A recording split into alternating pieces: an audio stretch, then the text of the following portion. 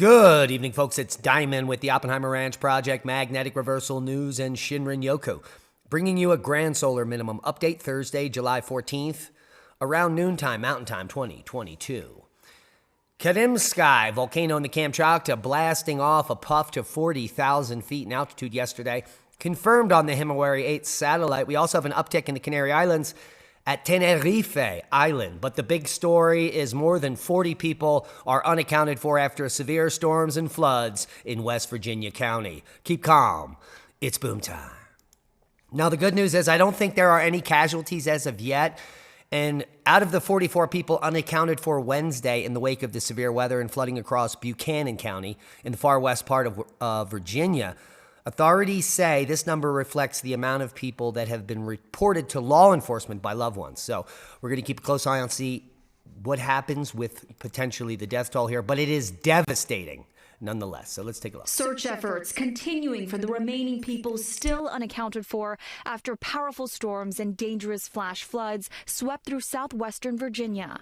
Officials making progress, though, locating dozens who were unable to be reached after flash flooding tore through the region Tuesday night into Wednesday. Houses in the road, and it's just a mess. 6 inches of rain had fallen in just 90 minutes in Buchanan County. Water that night seen gushing through the streets. These cars sunken and flooding, the governor declaring a state of emergency. We were stranded in the house. The water kept coming up. Now, more than 100 homes damaged. This pickup hanging on a riverbank, its windshield shattered. Many roadways blocked by landslides and areas near bridges washed out. In this little community right here, people lost everything.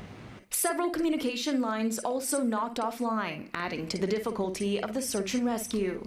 Law enforcement reassuring families they expect the number of people unaccounted for to drop, stressing that just because they haven't been located doesn't mean they're missing, just that no one has made contact with them since the storms hit. Officials say there are no confirmed deaths. And that is about the best that it gets for the news out of that torrential flooding there. So more than 40 people are still unaccounted for, and our thoughts and prayers go out to them. I hope there are no casualties, but Ohio Governor Mike DeWine declares state of emergency for Claremont and Brown counties following 2 EF2 tornadoes and an EF1 tornado that touched down in the area. The communities hit hardest were Goshen Township and Lake Lorelei. Lorelei? I think I got that. Now, did you guys hear about this? A U.S. tourist fell into the crater of Mount Vesuvius while trying to take a selfie. Yeah. Now, he fell off the rim here, but luckily didn't go far enough to go all the way down. But he certainly had a big brush burn. And this is just more of those stupid human tricks. Now, a Minnesota farmer is accused of selling fake organic crops. Lots of them. In fact, $46 million worth of fake organic crops have been passed off as organic, and this is chemically treated corn, glyphosate, soybeans. He was passing them off as organic, so that's one of the reasons why we say grow your own, because the food supply is contaminated by people like this. Absolutely disgusting. Now, for those of you wondering what's happening as far as precipitation, this is the precipitation map. Total precipitated moisture going through July 25th. And you can see that there's some moderate activity in the Four Corners region with that monsoonal activity. It's going to bring a little light rain to eastern Nevada and even maybe southern Cali here. Much needed rain in this area, but there is a big dry hole in the west. While the east is going to be saturated. East of the Mississippi is going to be, well, with the potential for flooding here. Look, take a look at this. 5-6 inches on the coast here of South Carolina. So in the next 3 weeks. So heads up for flooding potential.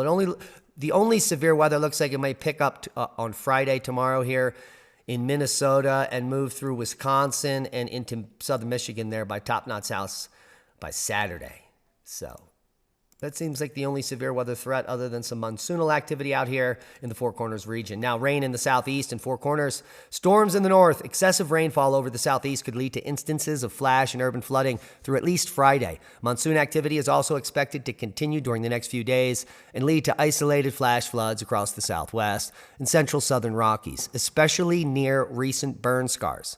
Severe storms will be possible this afternoon and evening across the northern plains as well, and there are some heat warnings, a strip right through the center of the U.S., but it is the middle of summer. And that's not a bummer. I love it. Seismic update. No quakes of note. Good news. Coming off some big rockers that caused little damage. But we do have on the 11th an earthquake swarm at the Reykjanes volcano, actually on the morning of July 12th. An earthquake swarm took place, clustering a number of quakes just in a very localized region. That cluster is now off of the chart here. And all is quiet on the Iceland front for today. Now, worldwide volcano news update.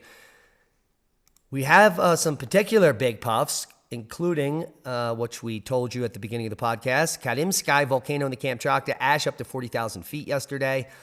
The explosive eruptions at the volcano continues from the active crater at moderate levels. An explosion at the volcano produced ash emissions that reached 40,000 feet. That's approaching 8 miles high there, extending about 369 kilometers. Now, when you get up this high in latitude, the stratosphere is a little bit closer, and that's, well, approaching it right there. Now, Teide volcano as well in Tenerife Island in the Canary Islands. Some seismic swarms happening there, but it's really nothing of note. And we're going to watch a video now that goes through all of the seismic activity that was peaking back here in 2019, and it has now been reducing. So some magma is definitely being in place, but doesn't appear to be an imminent eruption coming from the Canaries. So let's take a look at this. It's pretty spectacular. All of the quakes since 2000 on Tenerife.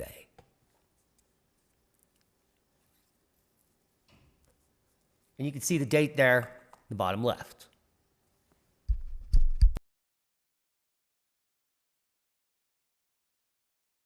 And these are the big years here. You can see the number of quakes here accumulating rapidly.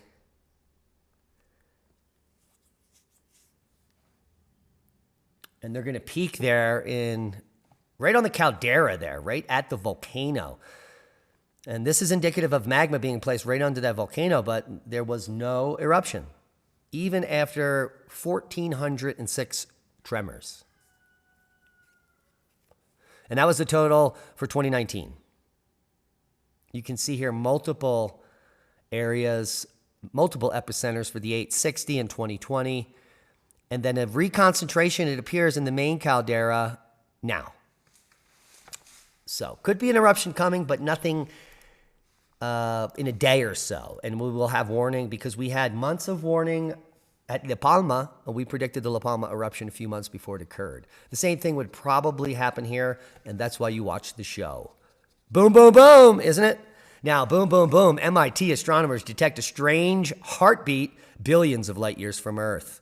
This is nothing new. It's just a spectacular title of an article to get you to read it. And astronomers detected a persistent radio signal from a far-off galaxy named FRB 201912221A. This is a fast radio burst. And it is unique because this is currently the longest lasting fast radio burst on record with the clearest periodic pattern. It could be just some kid 6,000 light years away. Let's see how far this is. This FRB is coming from very far away. And I can't find the distance here, but mark my words, it's from very far away. The strange and persistent radio signal from a far-off galaxy is still unexplained by science, like almost all of science is, well, science fiction and fairy tales. Just like dark matter. Dark matter doesn't exist. And wow, when I saw this title, Cosmology's Collective Delusion is dark matter. I couldn't agree more. I couldn't concur more, and I couldn't stop looking at the picture. And this just came out a few days ago. And it basically explains the conundrum we're in. We're in a quagmire of conceptual complexities when it comes to cosmology. In fact, the standard model has infinite holes in it and doesn't hold up to water ever. The longer we use it, the more insane using it becomes. And what I mean by that is the current cosmological model only works by postulating the existence of this dark matter, a substance that has never been detected. But it's supposed to constitute 25% of the universe. Yeah. But a simple test suggests that dark matter does not, in fact, exist. And that's just pulling your head out of here. No, but seriously, there are lots of mathematical ways to prove that dark matter doesn't exist because it does not, the universe does not is not observed the way it should be. There are lots of problems with it. So that's as far as I'll say there. Now, do you know about the latest polls that show twice as many people are no longer with us? Well, I'll leave you links below to Steve Kirsch's newsletter to get you up to speed. And coming to a country near you, if you haven't seen the news, Sri Lanka it's martial law. It's been overthrown by the population because of what's coming to all of us in the coming years. Take a look. The economic crisis deepens. Recent demonstrations have forced the president to flee to the Maldives. The country's prime minister has become acting president despite calls from protesters for him to stand down. Police versus the people on the streets of Colombo. Protesters who've come out in their thousands have no fear. Angry, defiant. Committed to removing the country's leaders.